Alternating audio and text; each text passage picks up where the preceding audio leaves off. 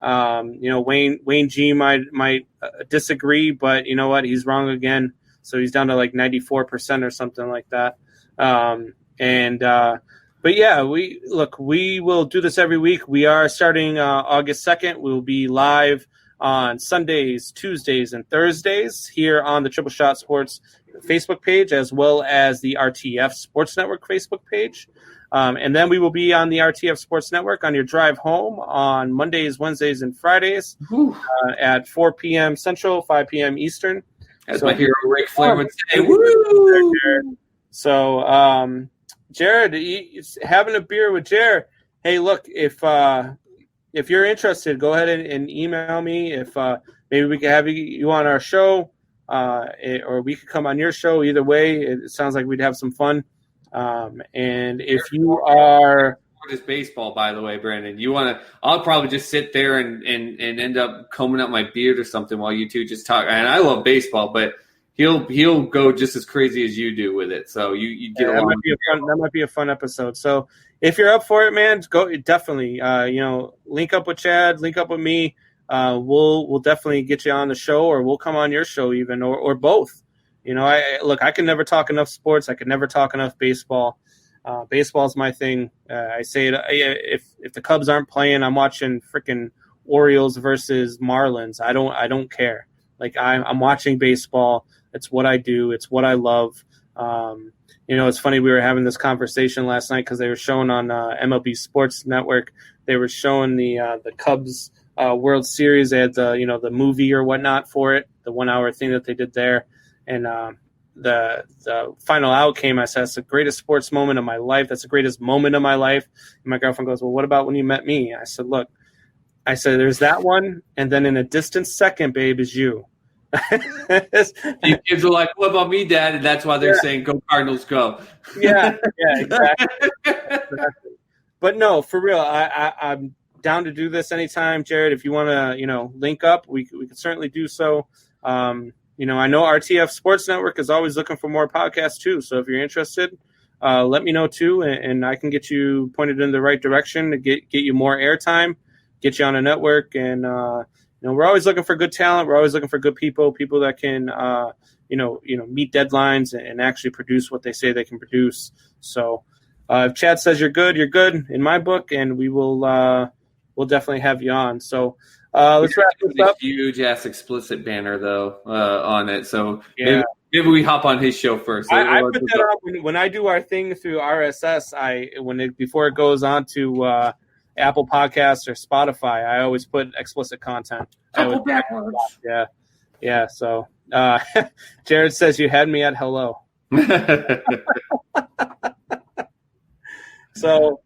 It's been fun, Chad. I hope you had fun tonight. It's still a learning experience too, guys. Yeah. So feel free to, we had some technical difficulties. My camera wasn't working, so I had to go through the MacBook, and then my mixer stopped working. So I got to figure all that stuff out. We'll have more music on here. We'll have, breaks and all that other good stuff. You had 2 straight hours of us talking. I hope you guys enjoyed the show. Again, share, like the Facebook page. You can find us on Twitter at 3 Shot Sports. Facebook page is Triple Shot Sports. We're also on Instagram at 3 Shot Sports. We're all over the place. RTF Sports Network, Apple Podcasts, Spotify. Share the hell out of it. Like, subscribe, all that other good stuff. And we will see you guys next week. Yeah, baby. Go Cardinals! I couldn't find the mute button, you son of a... I was waiting. I can't believe you didn't have it muted. Oh.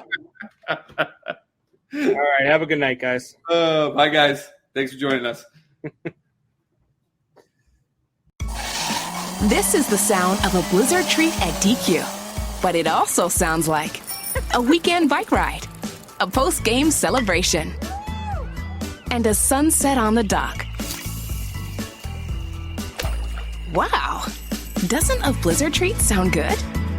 Stop by DQ and grab one today, like new Oreo fudge brownie. Thanks for being the sweetest fans in the world. DQ, happy tastes good. You can only rearrange your living room furniture so many times. It's your turn for a staycation in Indy. You've earned it. And if you want to, make it a night out in the city. Indiana residents can save up to 50% off hotel stays. The city of Indianapolis is excited to welcome you back safely. Check out visitindy.com to shop hotel rates and book your getaway.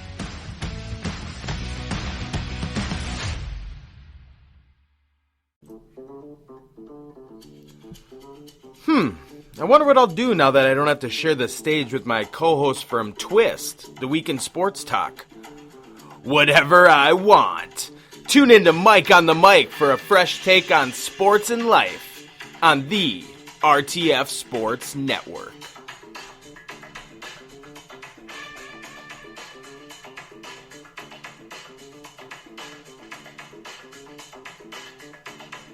Are you tired of sports shows that ask the same old boring questions? You want to talk about Kareem Hunt? Then check out Strikeout Beer. They're not scared to ask those hard-hitting questions. Well, what do the 65 Browns do without music? Can I say balls? Did you poison me? Does it slide on? Does it twist on? You don't know. Check out Strikeout Beer live Wednesdays at 7 p.m. on Facebook, YouTube, Spreaker, RTFSportsNetwork.com, and catch the replay anywhere you listen to your podcast.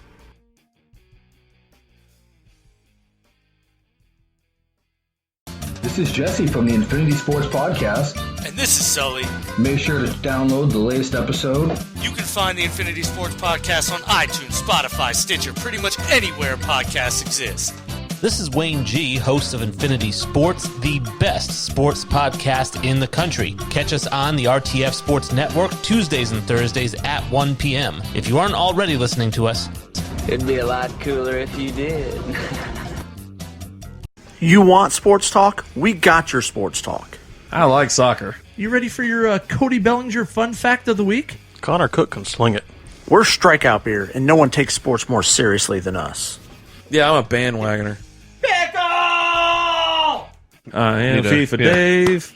Check out Strikeout Beer live Wednesdays at 7 p.m. on Facebook, YouTube, Spreaker, RTFSportsNetwork.com, and catch the replay anywhere you listen to your podcast.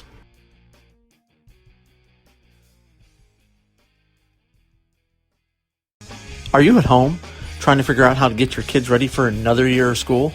Don't worry, Strikeout Beer's got you covered. We're educational. JETS, Jets. We won 2 world wars without stretching. Kids, if you have any questions, just refer to Urban Dictionary. Check out Strikeout Beer live Wednesdays at 7 p.m. on Facebook, YouTube, Spreaker, RTFSportsNetwork.com, and catch the replay anywhere you listen to your podcast. That guy. You know who I'm going to subscribe to? I'm going to subscribe to that guy.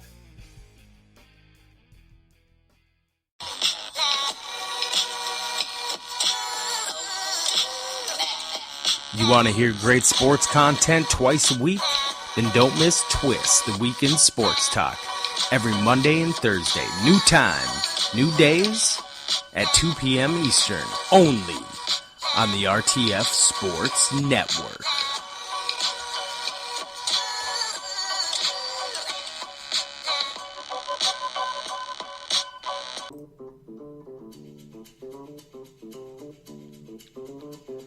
Finally, I have my Remember own the show best to summer of speak your my life mind. spent eating Arby's pecan chicken salad sandwich? It's so fresh in your memory. You can still taste the sliced grapes, diced apples, slivered pecans, and roast chicken. You can still taste the better fresh lettuce on honey wheat bread. You can still taste every single bite. Because Arby's pecan chicken salad sandwich is back. Arby's, we have the meat. At participating Arby's for a limited time.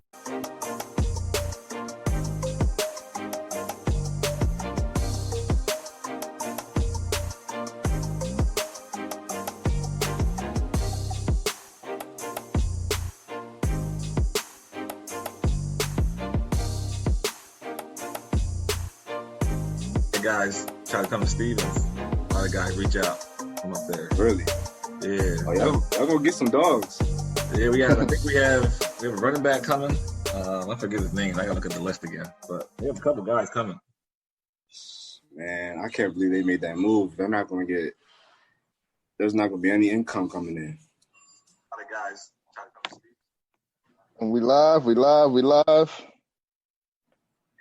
Here we go. Microphone check. Hey, this is the world's most popular barbecue talk, barbershop talk, man cave conversation. However you like it or dislike it, this is the heavyweight champ of your sports talk podcast. Your boys are back in the building. Myself, D-Way, along with my partner in crime, Mr. Red himself. Let me go through all his nicknames real quick. The Donald Trump of Sports Talk podcast, the last member of the Red-Headed Indian tribe, the man that gets it popping in the old head community. Mr. Red is in the building. How you feeling? I'm great, man. You're a real jerk. Along with Mr. S. Rudolph, who we're still working for nicknames. We're still working on nicknames. Tomorrow's fine. Winners wins, cool. That's fine. We got a bunch for Samar coming up. Nah. And we also have a special guest in the building with us today, Mr. Kyer Bynum, Lancaster's own. Yes, sir. Lancaster City, stand up. What's going on, man? How you feeling? Man, I'm feeling great. Out here in Tennessee, trying to adjust to this weather right now. It's crazy. This ain't no joke out here. Right now, we're practicing, working out, trying to figure out if we're going to have a season. They just recently postponed that season to September 26th. So we're trying to hope for a season because we got some dogs that just came in. So it should be a good season for sure. Right now, just learning the system. Just recently transferred here and trying to adjust to everything out here right now. But it's going well for sure. You guys lost, did they graduate 26 seniors or something? We graduated 28 seniors. So we're very young. Right now, we're very young in the defensive back position. The majority of everyone came back. We actually have the number one receiver in D2 football right now. He's projected to go second round. Yeah, Braxton Westfield? Yeah, boy's a dog. Yeah, they have him as a late day pick right now in the next year's draft. Definitely. I know the Bills been looking at him actually. He got some good size too. He's actually 6'4", 220. I didn't know. I didn't personally know. I seen him on film, but when I see him in person, he definitely got that NFL size for sure. We just got some a Notre Dame D tackle transfer. We got a defense end transfer from Michigan State. Them boys is big too. They 6'4". One of them at least 310. The other one probably 295, 300. But they in shape though. They can move too. I was surprised how good they can move. But yeah, for sure. Yeah, B-Way used to always say the difference between pros is the guys that big and the speed they have. Yeah, see them linebackers and them DNs running 4.5s. I respect it for sure. I respect that. I haven't seen something like that in a long time, honestly. And we got our defensive coordinator. He's pretty legit too. He was previously at Tennessee coaching Eric Berry, and that's one of my favorite safeties all the time. Yeah. Think Barry's gonna come back? He had what did he have? Cancer or what did he get? He did. He came back strong after that year. Yeah, I think he sat most of last year. Yeah, he sat. He definitely sat. I think he will come back. He still got some years. He missed out on getting a ring last year, though. Yeah, he did. It's all good though. They'll probably win it again this year. Honestly, I thought I was going to the league until I got to Penn State, and then I started practicing with them guys, and I saw 6'4" DNs who were just as fast as me or faster. And I was crazy. Yeah. It's crazy. Let me find something else. There's definitely some freaks out here, for sure. But, I got a question for you. I'm gonna start early. I'm gonna start you your senior year in high school, leaving your recruiting process, and then what transpired to get you to Valley Forge? Because I know you were highly recruited coming out of high school. Man, that was a crazy process. So, D-Way, he got me right with Towson University. I started connecting with them, and Lee, he actually helped me network with Delaware University. So I was talking to both schools heavily. Temple was in the mix a bit, and a bit of UVA. I actually favored Towson University. TU. Yeah, I definitely did love Towson. Took the visit, loved it. The coaches were cool. Didn't reach the SAT scores. That was a long test. That wasn't no joke. I'm not gonna lie. Hopefully they take that out for future. That's in the talks right now. Yeah, they need to take it out, man. They're messing up a lot of great players because of that. So we'll see. But I actually ended up training. I went to a training session with Rich Garcia and a coach from Valley Forge named Tony Harley. He actually seen me there. He seen me working out, and I guess he liked what he saw, and we eventually started talking. And then he introduced me to a guy named Dante Coles, and he went on from there. Because I actually lost my scholarship from Towson University due to I didn't reach the SAT score requirements. And then, Delaware actually fell off because of, my involvement with Towson. Delaware and Towson got something going on. What's going on, B? Yeah. What's going on with Delaware and Towson, man? Yeah. I was a little upset about that, though. I was a little upset. It was all good. I was upset they didn't stand by you in that situation. It was crazy because Delaware said they would have helped me out. They definitely said they would have, even with my SAT score. They said they could have made something work out. But at the time, I didn't really know about too much of that stuff going on, so I was just trying to figure something out because it was close to spring, maybe late spring, honestly. Like right after our state playoff run, I actually found out where I was going. And Valley Forge actually changed my life for sure. Question for you. Because I just want to give you some credit because you took your future into your own hands. Is it true you spent most of your heavy quarantine time sending out film to random coaches on Twitter? Oh yeah, I've been grinding. I was grinding all quarantine. I actually learned that technique from Valley Forge. Me and my boy Mike Holland. He's a corner. He played at Mississippi Valley State. Big dude, like 6'3", like 200. We would wake up at like 7 in the morning in Valley Forge and go to the library and to send our film out to different coaches. But now it's like coaches don't really look at the emails, honestly. So it's more into Twitter.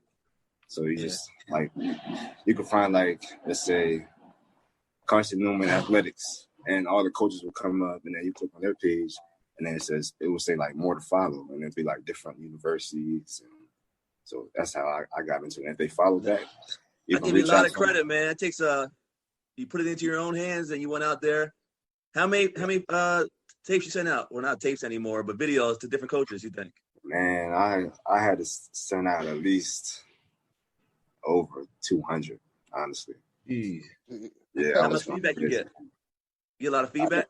I got a lot of feedback. I did.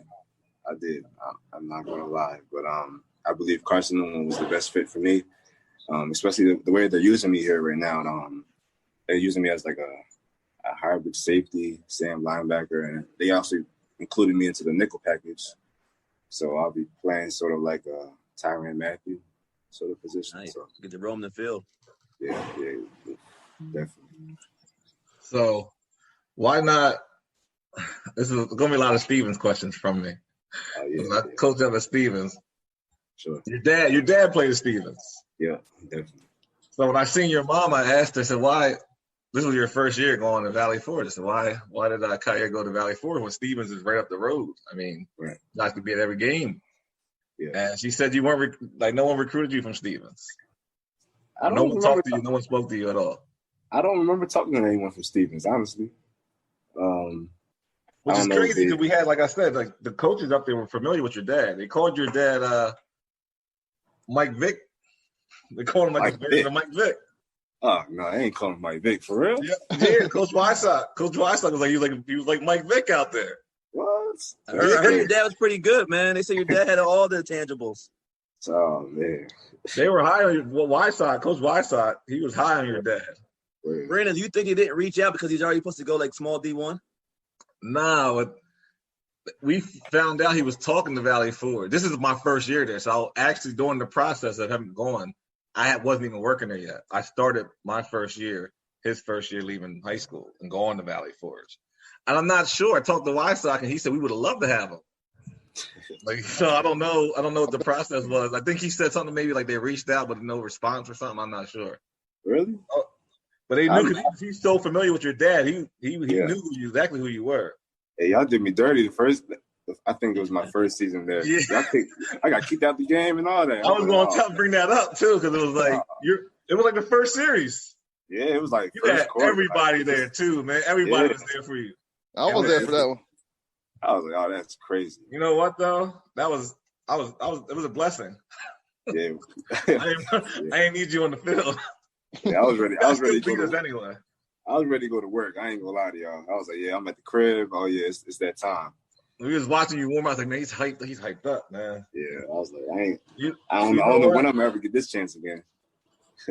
I think in that kind of in like the JUCO level or somewhere where it's not reviewable, I don't think they should even have the targeting penalty. You got ejected for targeting, which none of us on our sideline thought it was a target. We all thought, no, it was nothing. Right. And then it's not reviewable, so they already made the call, so you were automatically ejected. Yeah, I thought it was a joke. Honestly, I'm like, man, I just got it. I ain't even break a sweat yet. It was literally the first series, and it was like we felt bad. We were like, oh man, all his people were here. We literally felt bad on the sideline about that, but nothing we could do. It was like, no, it's not reviewable, and they were just like, he's gone. Yeah, then they said I couldn't even be on the field. I was like, dang, I might as well go home. Like, I'm already home. Dang. That's crazy. I actually got another targeting call this previous year. Well, that was a clean hit too. I ain't gonna lie. It was against Fayetteville State. The guy I hit, he actually caught a dig on me, but I should have picked it off. I really should have picked it off. And then I was like, I'm gonna get you back. It was a kind of an awkward play because it was like a screen, but it was behind him. He picked it up, but like everyone on my defense stopped. They just stopped. Like the play was over, but I ain't hear no whistle. So I'm like, okay. So I'm waiting for the whistle, but I'm still moving toward him. I'm like, all right, there ain't no whistle. So I hit. It was a clean hit to me, shoulder to shoulder. I guess his helmet came off and the crowd made it. The crowd hyped it up, so the refs decided to kick me out the game. I couldn't even be on the field. They said they'll fine me if I'm on the field, and it was crazy. It was tough. Man, you like James Harrison out there, man. What you doing? Man, that's funny. Now I'm trying to show everybody I can cover now. They've seen enough hitting, so this year hopefully I show. Montez perfect. Yeah, for sure. Well, yeah. So how's that transition been from being a safety in high school, and then transitioning up, moving in the box to playing outside backer? It was different, especially like at Valley Forge. They moved me into the box, so I didn't know much about linebacker when I first got to Valley Forge. So I would just go. Like if I see a window open, I'm just going. And eventually, once I got to Johnson C. Smith, I started learning how to like actually read, pull, like a guard pulling toward me or away from me, offensive tackles, down blocking or pass block. So as the years went by, I got a lot smarter. But I think it's beneficial for me in the box because I'm faster than most linemen.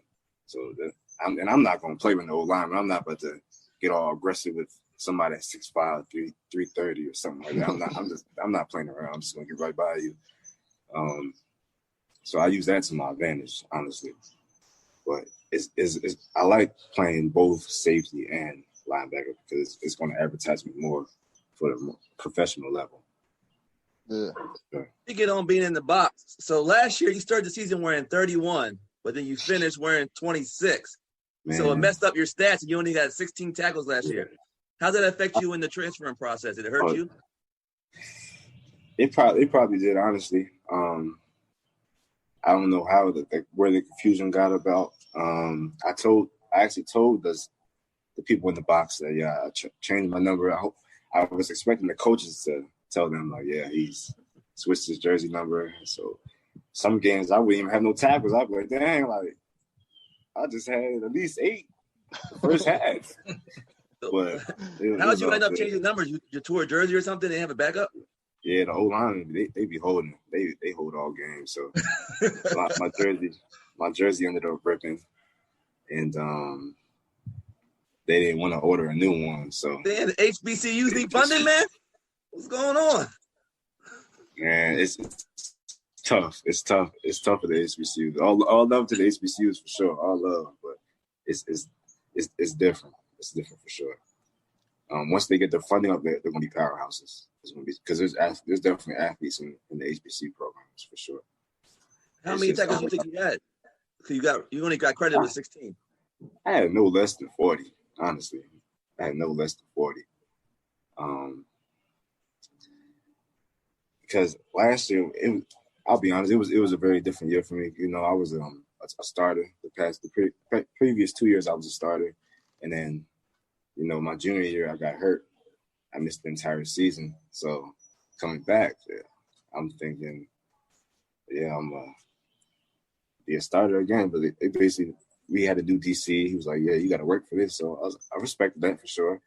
I was putting in the work. I was balling on the field. We just didn't see eye to eye, honestly, at the time. So I was having some issues with playing time a little bit. I was probably seeing I wasn't seeing enough snaps as I should have. And my teammates like, we need him. We need help. We need him on the field. So it was a difficult time last season. So this season, it should be a special time for sure. So we'll see. We got one, Brandon. This year. And you have 2 years remaining? No, this is my last year. I got one more year. So one more. One more. So it's straight to the point. You gotta get busy off the rip. So I can't play around. So, and I think this is the right school to do it. Right now, I believe we're ranked 23. 20th in the country. 23 on the country. Lindy Sports and 25 in College Football America. And I think that's a little disrespectful towards us. I think we're better than that, but we got to prove it for sure. We got a good schedule this year. We open up with West Georgia. That should be a good show. I know we play LR. They got Lenore Ryan ranked second in the country right now. They just had a safety that went to the Patriots in the second round. We'll play them. I know there'll be a lot of scouts out there watching us. Wingate's a pretty good team, so Wingate's in the top 25 as well. Hopefully we have playoffs this year. You know, COVID going on. We'll see what's going on with that. So right now we're just waiting around. We're still working though. Working hard. We're working hard right here. All you do is stay ready. Yeah, just stay ready. That's it.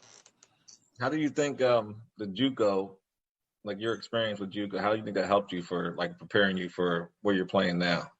Oh yeah, JUCO helped me a lot because when I first got there, I realized I wasn't like if I would have went to Towson right away, I wouldn't have been ready, honestly, because there was so much IQ that I didn't have. Like I was just naturally good, but there were different terms I didn't even know. I'm like, it took me at least, I'll say, 2 months to adjust to college football. What terminology you mean? The terminology, the right techniques, like going out there, like even like let's say one-on-ones, like I didn't even know the correct technique to cover someone. Honestly, I was just out there. Like high school, I was just out there playing. Just playing football. It took me, like where I'm at today, like I'm actually very comfortable with my ability to play on the field.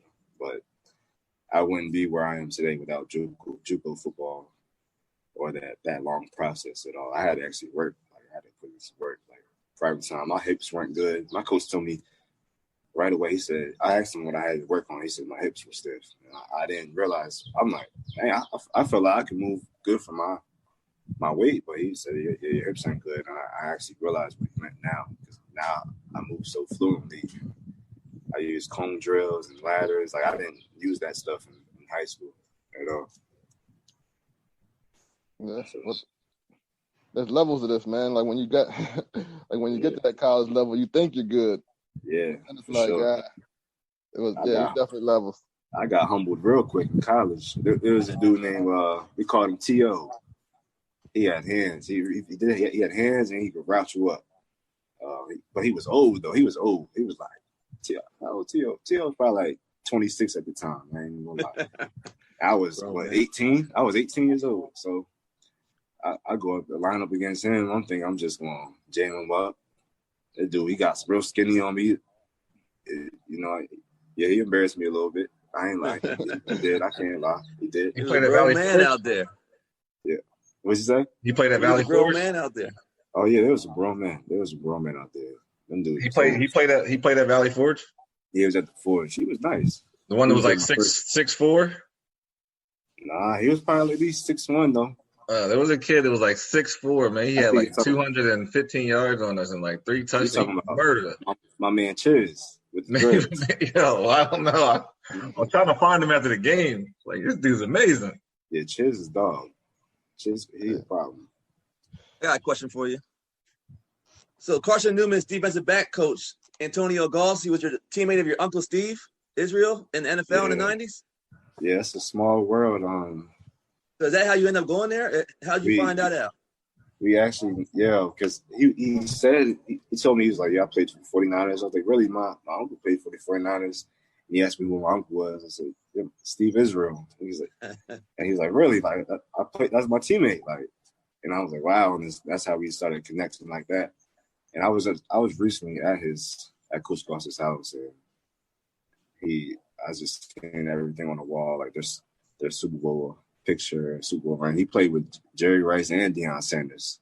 So he would tell me like how their practices were, like them boys were going at it every day. He said, like, you know how they were against each other. So I thought that that's how you got recruited there. You didn't even know, just coincidence. Yeah, it was a small world. That's crazy, man. Yeah, that's crazy. It was really crazy. And that's probably what really leaned me toward here. Because I was like, oh, these guys, they know someone I know. And yeah, it was cool. That was cool for sure. Yeah. So is he coaching you now directly? Or are you with the linebackers? I'm actually in between. So I'll see him some days out the week. I'll go over with the DBs because he coaches cornerbacks. So sometimes I'll go over there and get extra work on DB drills, or some days I'm with the linebackers. So I'm getting both. I'm getting work between each one. So Coach Goss coaches the special teams also, right? You doing any specials? Special teams. We haven't started special teams yet. I'm pretty sure this upcoming week we're going to start picking up things. I know we're going to start trying to get into like 7-on-7, 11-on-11, one-on-ones. I'm pretty sure we're starting installing our special teams package as well. I want to get on special teams too. I like special teams. I feel like a lot of NFL coaches look at guys on day 2, day 3 picks if they can play specials. So it's probably good for you to get on specials. Yeah. Hey, if you're just a special teams playing the league, ain't no problem with that at all. So I'm into kickoff. I like punt. I don't like punt return. Don't put me back there. I ain't ready for punt return. But that punt return's a different breed. I do kick return though. Like, I told them I could return some kicks now. I told them that. So we'll see what they do with it. Oh, and they trying to put me a receiver too. On the low. Throwback. We'll see. For sure. So what's the difference? Go ahead, B. Go ahead. Well, no, I was just going to dive into the HBCU. Like, how do you think, you think more kids should go the HBCU route with this whole thing that's been going on with like Mikey Williams and all that? It'll be amazing. It'll be amazing to see, because the HBCU atmosphere, that's a totally different breed right there. That's something you should experience that. Like, I'll never forget my experience at Johnson C. Smith. I'll tell my family, my kids, my friends, like I'm always talk about that. Like, I'm always be a Golden Bull for sure. It's just HBCUs just have to find the funding. That's all it is right now. Because the talent is there. They just need some help. That's all it is. But I believe kids should go HBCUs. Honestly, I truly feel that in my heart. Like, you should experience that at least. Like, especially basketball, football, or football or track, for sure. But you had a chance to work the CAA basketball tournament there, right? Yeah, CIAA. Yep. Yeah. That was crazy. I'll never forget that. I heard about those. Man, the city was shaking. We you got like different events going on. Like, you may have the bands playing, or like you might have celebrities like having a different event, like Fab, Diddy. Like this hat right here, I actually met Steve Smith. He personally gave me this hat. I met him during the CIAA week. We started networking, and I actually helped him move out of his office. He a cool dude, for sure. He's cool. Is he as angry as he always sounds on TV? Nah, but he talked that trash though. He was the best trash talker in NFL history, I think. Yeah, he a dog. he definitely a dog. Hall of Famer for sure. We were talking about top 5, man. He's close. Stop it. I like him though, but he's top 5. He's in my top 10. He's in my top 10. If you're playing him, out there. Like, you gotta bring your game, but I don't know if he's top 5 though. Ice up, son. Ice up, son. Yeah. My boy Ramsey gave him Ram for his money though. Oh, Ramsey can talk. Oh. Yeah, I like Ramsey. That's one of my favorite players in the league right now. For sure. Yeah, Ramsey's tough. Go ahead, Red. You had another question? No, I was going to ask someone kind of already covered it. I was going to ask them the biggest difference between being at the HBCU and then going down to Carson Newman. Oh yeah, it's definitely a big difference. I'm a blunt guy, so I'm gonna be blunt. Especially like culture wise.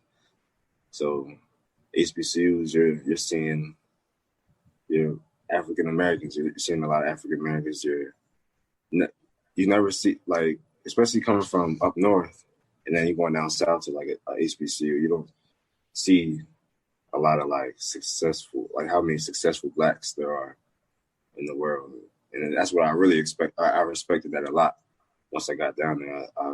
I've networked with so many people and made lifelong friends. And then like now, like going to a PWI, like especially like the time we're in right now with everything going on, it's a big adjustment because you don't know what to expect. Yeah. Especially like being in Tennessee, I'm not quite sure exactly how to address. No, I know what you mean. You know what I'm trying to say. But you don't know if you could be 100% yourself because you don't know how it's going to be received. Right. But you knew at the HBCU that everybody was like, on the same page as you. It was all love. For sure, 100%. Well, from what I've seen, like especially with the team, we're all close. Everyone loves each other. It's all a family. Now outside of the community, it's a little different. Yeah, that's a shame though, but I think we're moving forward a little bit now, hopefully. Yeah, for sure.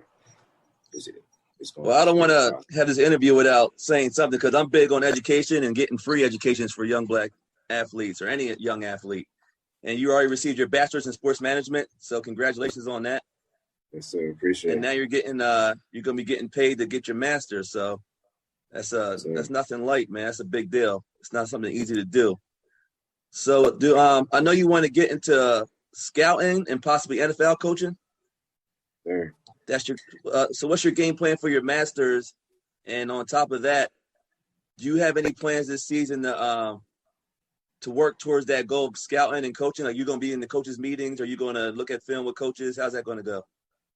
Oh yeah, I've been gaining since I've been here. I've been getting a lot of knowledge, different terminologies, different like this defense we're running right now. This is totally different from what I'm ever used to. We run a lot of like man-to-man and even our zone coverages. it feels like it's man to man because it's like a cover two. The outside receiver takes an inside release. I gotta like peek and look. I gotta check if he's taking the outside release or inside release. I know if he's taking the outside release, I don't have to worry about him. But he takes that inside release. That's a threat to me. So let's say he runs a dig, I gotta get on that like right away. Like there's no like I can't just chill in my zone. So that's what I'm getting used to that kind of stuff right now.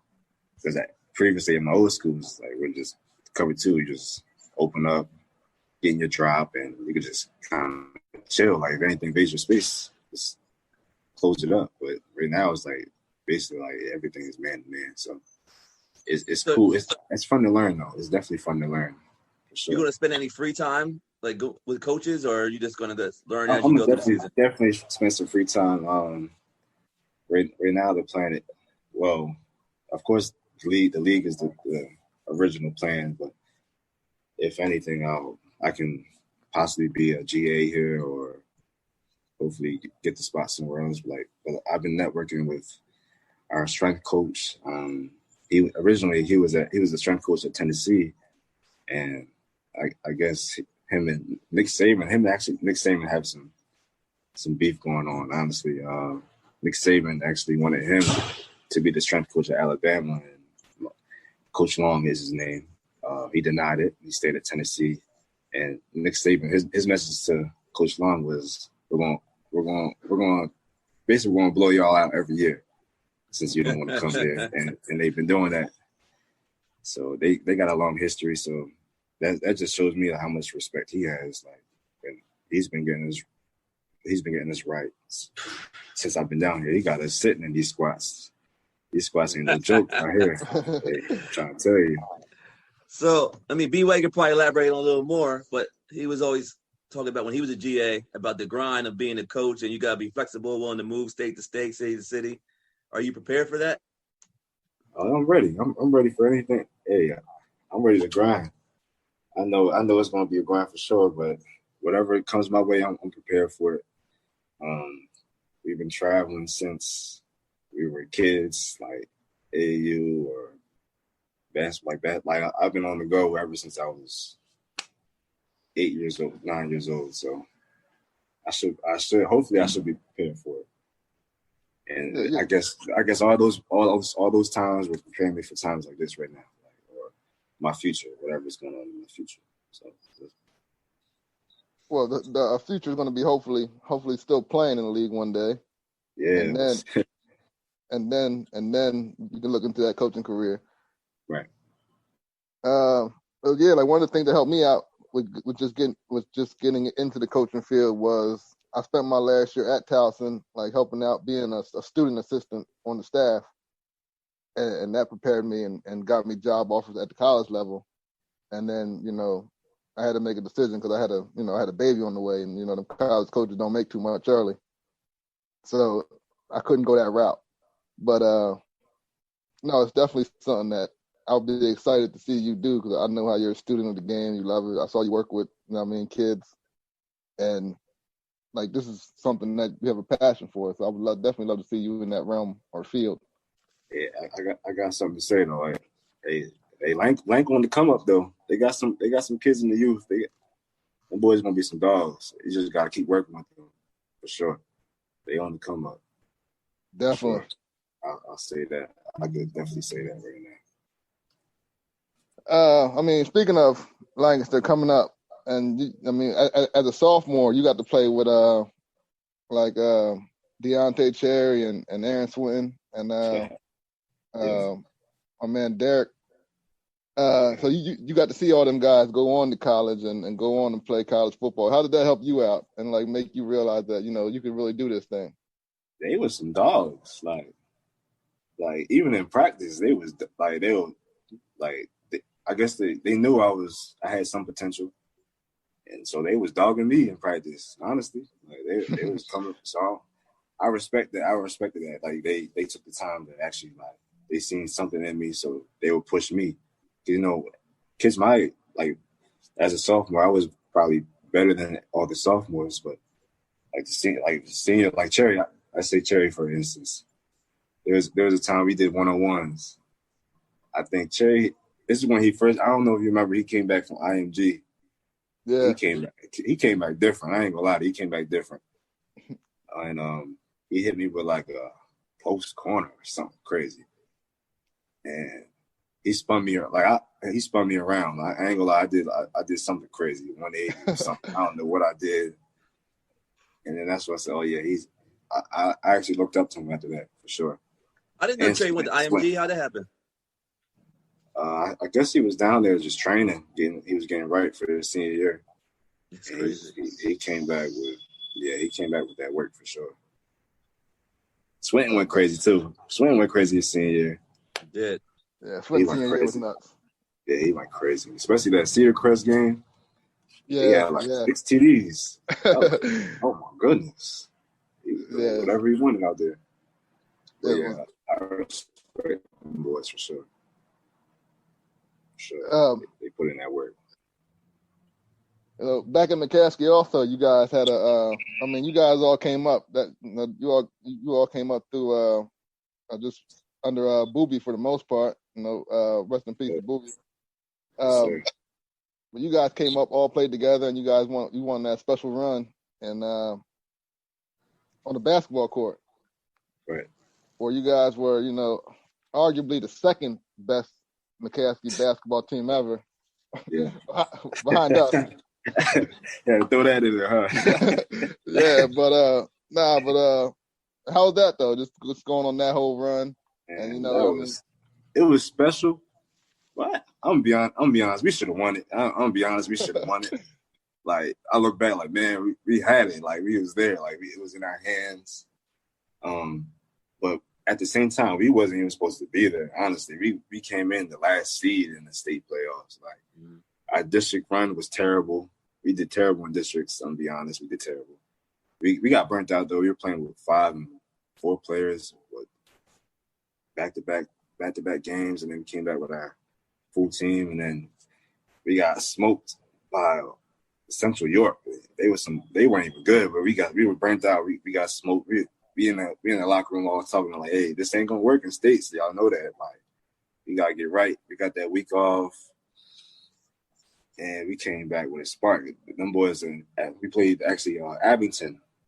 They had I don't know if you remember the boy Amir Hinton. He plays for the Knicks now. They were talking crazy. They were like, y'all might as well pack your bags right now. Like, y'all might as well turn around. We like, nah, we ain't take that trip up here for no reason now. Like, we fresh, we got our legs back. We came out there and smoked them. I think Rand had at least 35 that game. I think he went 9 for 10 or something like that from 3. He was in a different zone. He helped us out a lot. But I ain't gonna lie, Amir got off on us still though. He had at least I think 30.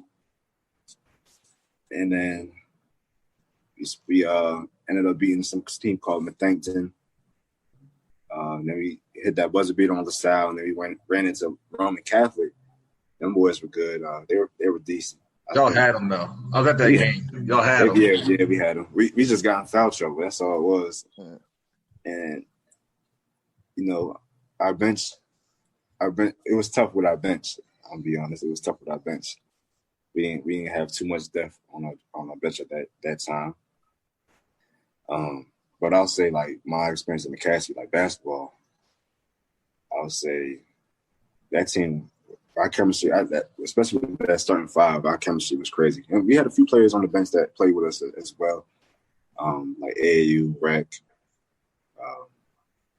middle schools. I think that like you played in that one of the first eras that started leaning towards just being we're a basketball city now, and I feel like there's a lot of good kids with a lot of potential that could be good football players that don't want to play anymore because they want to be basketball players. Where it's much harder to get a free education in basketball than football. It's hard. I didn't realize that. I didn't realize I wanted to really like take football seriously until after my sophomore year. Because I didn't expect the ball I'll be honest, I didn't expect the ball like that my sophomore year. I was just went out there like, yeah, I'm gonna perform, but I was getting ready for basketball, honestly. I was. And then I went out there when I got my first pick. The next game I got some more picks. I'm like, oh, this all right out here. And I was making plays. I was like, oh yeah, this is cool. And then the school started coming in, like different colleges, like letters and stuff. Then I started going to camps, and I was performing well at the camps, actually. I remember like reffing you at the freshman middle school level, and you were kind of more of a basketball guy. Your dad thought you were going to be a basketball guy. I was nice in ball. And around, like you said, senior year, when you were hanging out with Coach Way a little more,